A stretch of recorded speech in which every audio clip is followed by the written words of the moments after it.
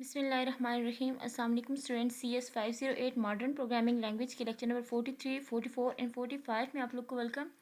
आज हम 3 लेक्चर एक साथ करेंगे और ये हमारे फाइनल लेक्चर्स कंप्लीट हो जाएंगे इंशाल्लाह यहाँ पर, और फाइनल की प्रिपरेशन आपकी यहाँ तक कंप्लीट हो जाएगी। अच्छा, आज एक और इम्पॉर्टेंट बात थी, वो ये थी कि इन 3 लेक्चर्स में से आपकी थ्योरी का पार्ट जो है वो काफ़ी ज़्यादा ऐड होता है आपके पेपर में।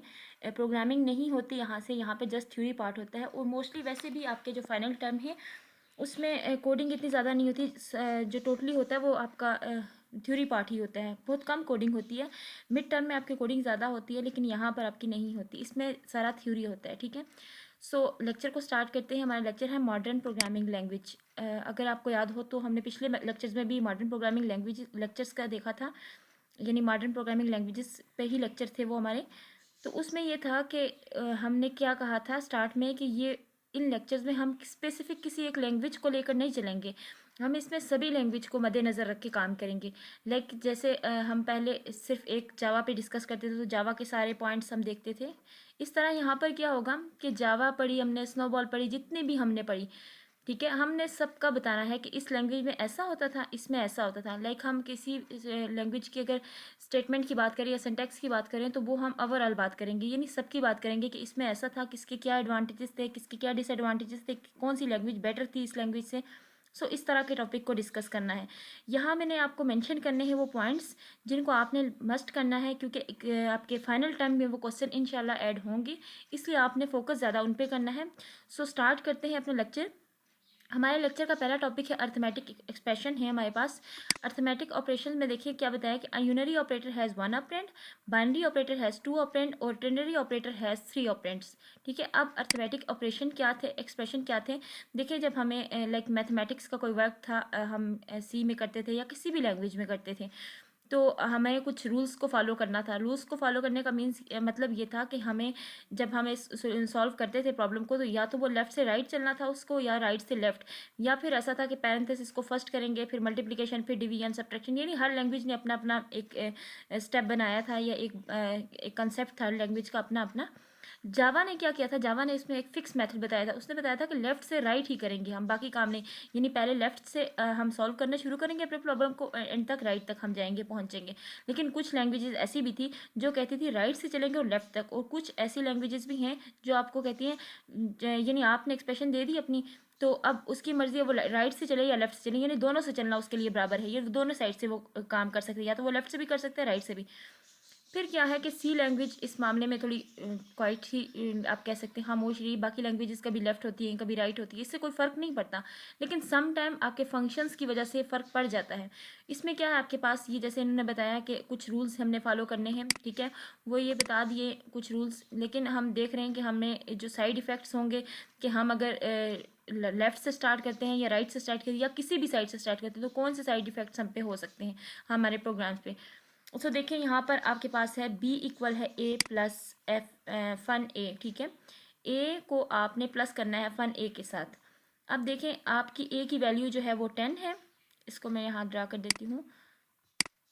a की वैल्यू आपके पास 10 है और फन की वैल्यू आपके पास 5 है।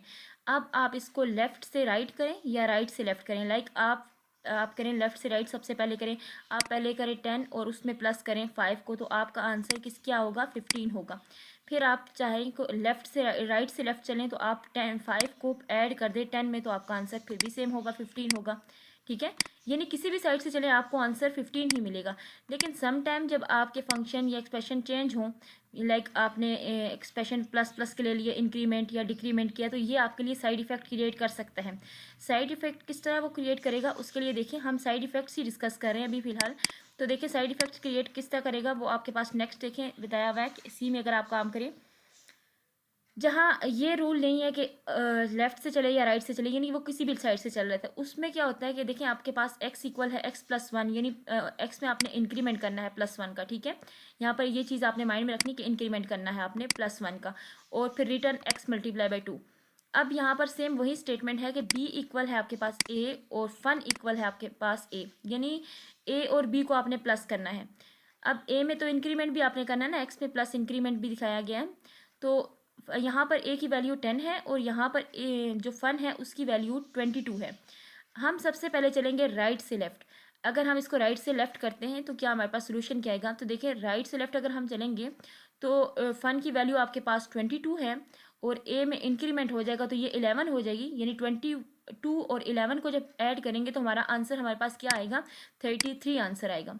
ठीक है, ये हमारे पास आंसर आएगा। लेकिन हम अगर लेफ्ट से राइट चल रहे हैं तो आपके पास 10 के में ऐड होगा 22 और आपकी आंसर जो है वो 32 आएगा।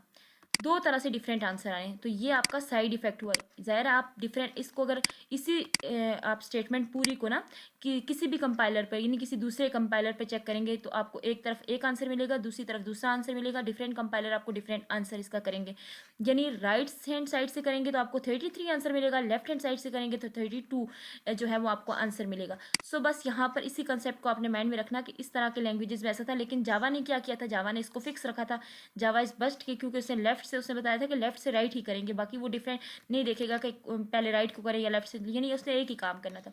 तो डिसएडवांटेजेस इसके साइड इफेक्ट्स क्या हैं कि आपका जो है वो आपको एरर मिल सकते हैं, आपको परफेक्ट आंसर नहीं मिल सकता। ठीक है, नेक्स्ट आपके पास है ऑपरेटर ओवरलोडिंग का टॉपिक है।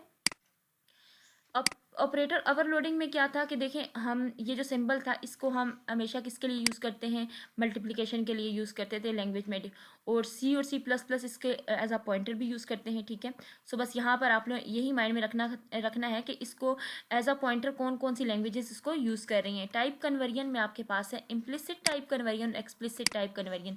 अच्छा, ये अब आपका एक इंपॉर्टेंट क्वेश्चन है जो फाइनल टर्म क्वेश्चन में आपके पास आ सकता है। लाइक वो आपको कह सकते हैं कि इम्प्लिसिट टाइप कन्वर्जन बताएं, उसमें आपके पास कितनी कन्वर्जन है और कौन सी इंपॉर्टेंट है। फर्स्ट वन है नर्विंग कन्वर्जन, नैरो से निकला है, और वाइडनिंग कन्वर्जन वाइड से निकला है। ठीक है, नैरो में आपने क्या करना होता है, इस कन्वर्जन में आप रियल को जब इंटीजर में स्टोर करेंगे तो इससे क्या होगा, रियल नंबर आप इसको इंटीजर में रखेंगे तो आपका डाटा लूज होने के चांसेस हैं। इसी तरह वाइडनिंग में क्या होगा, यहाँ इसको रीड करके भी देख लें कि नैरो कन्वर्जन में क्या होता है, is one that convert an object to a type that can not include all of values, जो पूरी वैल्यूज को इंक्लूड नहीं कर सकेगा ओरिजिनल टाइप में। ठीक है, फिर उसके बाद वाइडनिंग में क्या होता है कि is one in which an object is converted to a type that can include at least approximation to all the values of original type int to float. यानी ये इन टू फ्लॉट होने कन्वर्ट होने के लिए जब एक टाइप से आप दूसरी टाइप में होगा तो ये आपको डिस्टर्बेंस क्रिएट नहीं करवाएगा। मिक्स मोड एक्सप्रेशन कौन सी है, नेक्स्ट आपके पास मिक्स। अच्छा, ये दोनों जो टॉपिक है ना इसको आप लोग अच्छी तरह से कर लें। ठीक है, ये इनके चांसेस हैं एग्जाम में आने के, शॉर्ट क्वेश्चन में 3 मार्क्स वाले जो क्वेश्चन होता है ना उसमें आने के चांसेस हैं। मिक्स मोड एक्सप्रेशन में है is one that has operand of different types, ये एक है जिसमें डिफरेंट टाइप्स के ऑपरेंट आप यूज़ कर सकते हैं। कोरियन में है is implicit type of conversion, ये तो इम्प्लिसिट टाइप ऑफ कन्वर्जन है। ठीक है, ये इम्प्लिसिट टाइप है। तो ये जो 2 पॉइंट्स स्टार्ट में हैं इसको आपने एग्जाम के लिए अच्छे से तैयार करना है, बस इसमें और कुछ भी नहीं है। फिर उसके बाद है एरर इन एक्सेप्शन, इसको भी स्किप कर दें आप। नेक्स्ट आपके पास बुलियन एक्सप्रेशन आ रहे हैं। बुलियन एक्सप्रेशन हर लैंग्वेज के डिफरेंट बताए हुए हैं, जिसमें फॉर्टेन 77 को डिस्कस किया गया, फॉर्टेन 19 को, सी को और अदा को। ठीक है, अब यहाँ पर क्या क्वेश्चन आ सकता है कि different Boolean expression, explain the Boolean expression of C in Ada, या डिफरेंशिएट एक्सप्रेशन बताएं, सी के अलग से बताएं, अदा के अलग से। सो यहाँ पर आपको इन चीज़ों का आपको पता होना चाहिए, बुलियन एक्सप्रेशन आपके कौन से हैं और कैसे यूज़ होते हैं लैंग्वेजेस के अंदर। ठीक है, तो ये आपने यहाँ पर इन चीज़ों को माइंड में रखना है। यहाँ पर आपका ये लेक्चर फिनिश होता है। इसमें 2 ही इंपॉर्टेंट टॉपिक थे, मैंने आपको मेंशन कर दिए, बस उन पे फोकस करना है आपने। हो सके तो उसे वर्ड टू वर्ड उसको आप लोग याद कर लें और अच्छे से आप अपना एग्जाम तक क्लियर कर सकें। नेक्स्ट टॉपिक आपका है कंट्रोल स्ट्रक्चर का। अब कंट्रोल स्ट्रक्चर क्या है, ये किस तरह से काम करते हैं, ये हमने देखने हैं। ठीक है, कंट्रोल स्ट्रक्चर कौन से थे, जैसे आपने कोई लाइक सिंगल वे से आप सिलेक्शन कर रहे हैं, सिलेक्शन स्टेटमेंट कर रहे हैं सिंगल वे से, या फिर आप जिस तरह से भी देखते हैं चीज़ों को वो आपको यहाँ मेंशन है। देखें, जैसे आपके पास है सिलेक्शन स्टेटमेंट में आपके पास है डिज़ाइन इश्यूज और single way selection. Single way selection Fortran में था, जिसने आपको कहा था कि इफ लगाना है सिर्फ और आगे अपनी एक्सप्रेशन यानी स्टेटमेंट को। ठीक है, तो यहाँ ये आपके लिए प्रॉब्लम क्रिएट कर सकता था, क्योंकि आपने एट अ टाइम आप एक ही स्टेटमेंट को सिलेक्ट कर सकते थे, ज़्यादा को तो नहीं कर सकते थे। सो ये आपके लिए प्रॉब्लम कर सकती थी। फिर फॉर्टेन में जो है वो बताया था कि जब आप सिंगल स्टेटमेंट लगाए आगे गो टू लगा दें, यानी आपका जो है कंडीशन बारी बारी चलती रहेगी, आपका वर्क होता रहेगा, गो टू लगा के आप यानी गो टू से काम करना था। अब तो खैर गो टू तो बिल्कुल जो है वो उसको कम कर दिया गया, बल्कि ख़त्म ही कर दिया गया, गो टू का तो यूज़ ही बहुत ज़्यादा कम हो गया है। ये क्या था आपके पास, सिंगल वे ऑफ जो सिलेक्शन थी ये वो थी। नेक्स्ट आपके पास था अलगोल और टू वे सिलेक्टर में, ठीक है। टू वे सिलेक्टर में क्या था, अलगोल ने आपको बताया था कि इफ़ के बाद आप देन लगाएं और फिर उसके बाद देन के बाद भी स्टेटमेंट दें और उसके बाद एल्स लगाएं, ठीक है। उसने थोड़ा मेथड को चेंज किया। इसी तरह नेस्टेड लूप में इफ़ देन और नेस्टेड लूप में आप देखें आपके पास क्या आया कि इफ़ देन आया, फिर इफ़ देन और फिर एल्स आया। इफ़ देन और एल्स। अब यहाँ पर यह मसला था पास्कल में कि अगर हम इफ़ देन और इफ़ देन करते हैं तो वो कौन सा एल्स लेगा, क्या वो पहले वाले का लेगा या सेकंड वाले का। तो ये भी आपके लिए जो था डिसएडवांटेज था कि इस चीज़ में भी आप करेक्ट आंसर या ठीक से आपका काम नहीं हो पाएगा। फिर उसके बाद जो नेस्टेड लूप थी यानी नेस्टेड सेलेक्टर थे उसमें क्या बताया गया था कि इफ़ देन लगा के बीइंग कर दे, फिर इफ़ देन बीइंग एल्स, इस तरह करके काम को किया जाए। यानी फाइनली क्या हुआ कि फाइनली आपके पास ये रिजल्ट आया कि आपके जो अदा था, अदा लैंग्वेज ने एक बेस्ट वे आपको दिखाया कि इफ़ करें देन और उसका एल्स, इफ़ देन करके एंड, इफ़ करके एंड इफ़, यानी हर इफ़ को एंड करें और अपना काम करें। तो ये सबसे वो बेस्ट वे था जिसमें हमारी प्रोग्रामिंग लैंग्वेज एक अच्छे तरीके से काम कर सकती थी, जिसमें आपको ज़्यादा प्रॉब्लम का सामना नहीं करना पड़ रहा था। फिर उसके बाद है multiple selection constructor. Multiple selection constructor जो थे ये आपके पास कौन से थे, इसमें आपके पास केस और स्विच वाली स्टेटमेंट जो आपको डिफरेंट मिल सकती थी। तो केस और स्विच स्टेटमेंट में आपने देखा था कि सबसे पहले जो मॉडर्न मल्टीपल सिलेक्टर में था अलगोल में, उसमें क्या था, ये केस थी एक्सप्रेशन, फिर आपने लिस्ट 1 लिस्ट 2 और फिर उसको एंड कर दिया, ठीक है। फिर सेकंड आपके पास थी सी और सी प्लस प्लस में, उसमें क्या था कि आप जो है वो स्टेटमेंट लें यानी स्विच की स्टेटमेंट लगाएं, एक्सप्रेशन लिखिए अपने, फिर उसके बाद स्टेटमेंट 2 एक्सप्रेशन, इसी तरह स्टेटमेंट 3 और 4, यहाँ से आपका मतलब सारा ऑनवर्ड चलता रहेगा। फिर उसमें अदा ने एक बेटर वे बताया। उसने क्या बताया कि इफ़ करें फिर देन करें, फिर एल्स इफ़ करें, फिर देन, फिर एल्स इफ़, यानी हर एक को करें, फिर उसको स्टॉप, फिर स्टार्ट, फिर स्टॉप, हर एक को, और लास्ट में इफ़ को जो है वो एंड इफ़ कर दें। सो सबसे बेटर वे किसका था, अदा का था। जैसे हमने पहले भी देखा कि किस काम में कौन सी लैंग्वेज सबसे इंपॉर्टेंट थी या सबसे बेटर थी, तो हमने बता दिया। इसी तरह आगे आपके पास काउंटर लूप्स में है। काउंटर लूप्स यानी इससे पहले हमने केस और स्विच की बात की, और उससे पहले हमने इफ़ और बीइंग वाली बात की, फिर उसके बाद आज अभी जो बात कर रहे हैं वो आपके लूप्स की है। सो लूप्स का भी सेम इसी तरह है, इसको देख लीजिएगा, रीड कर लीजिएगा। नेक्स्ट आपके पास जो टॉपिक है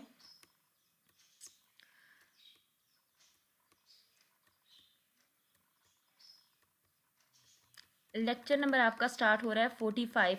इसमें आपके पास है मॉडर्न प्रोग्रामिंग लेक्चर 45 है आपका।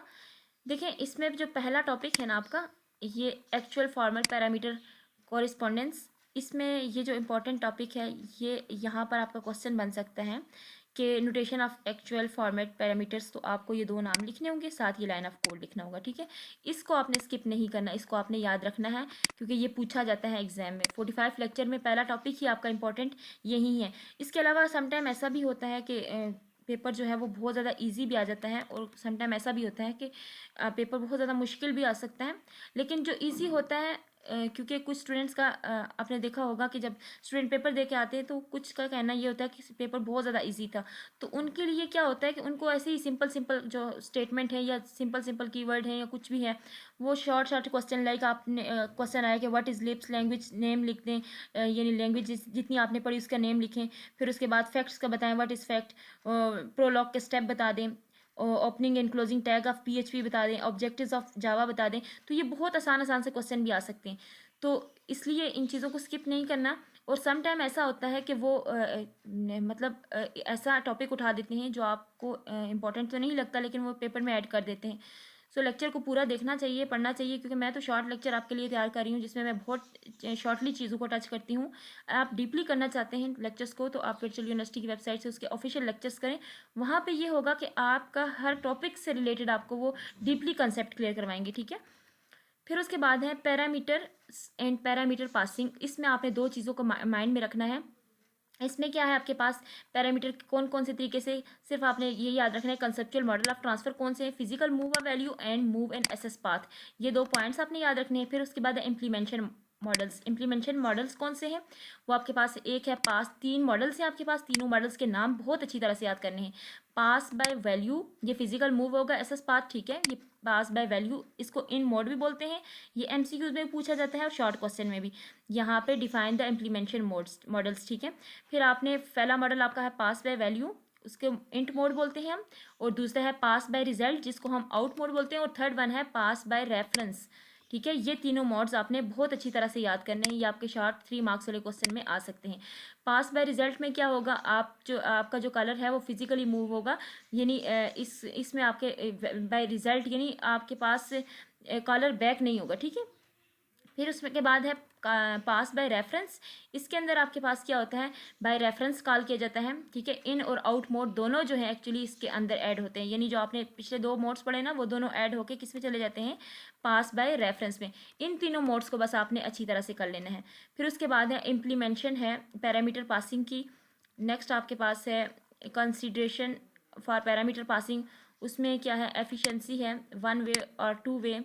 फिर गुड प्रोग्रामिंग के लिए लिमिटेड वेरिएबल्स बताए गए हैं। ठीक है, एफिशिएंसी में pass by reference is faster way to struct, यानी ये जो हमने पढ़ा तो हमें बता रहे हैं कि ये चीज़ें इसमें बेटर हैं, लेकिन जो इंपॉर्टेंट था वो मैंने आपको बता दिया, वही इंपॉर्टेंट है, उसी को आप लोगों ने करना है।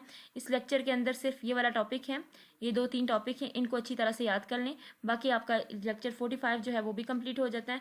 होप्सो कि आपको समझ आ गई होगी, और इंशाल्लाह जल्द ही मैं इसके इंपॉर्टेंट टॉपिक्स जिसमें जस्ट आपको मैं क्वेश्चन बता दूंगी कि इन क्वेश्चन को आप याद कर लें, तो आपका जो है फाइनल टर्म इजीली हो जाएगा। ओके, अल्लाह हाफिज़।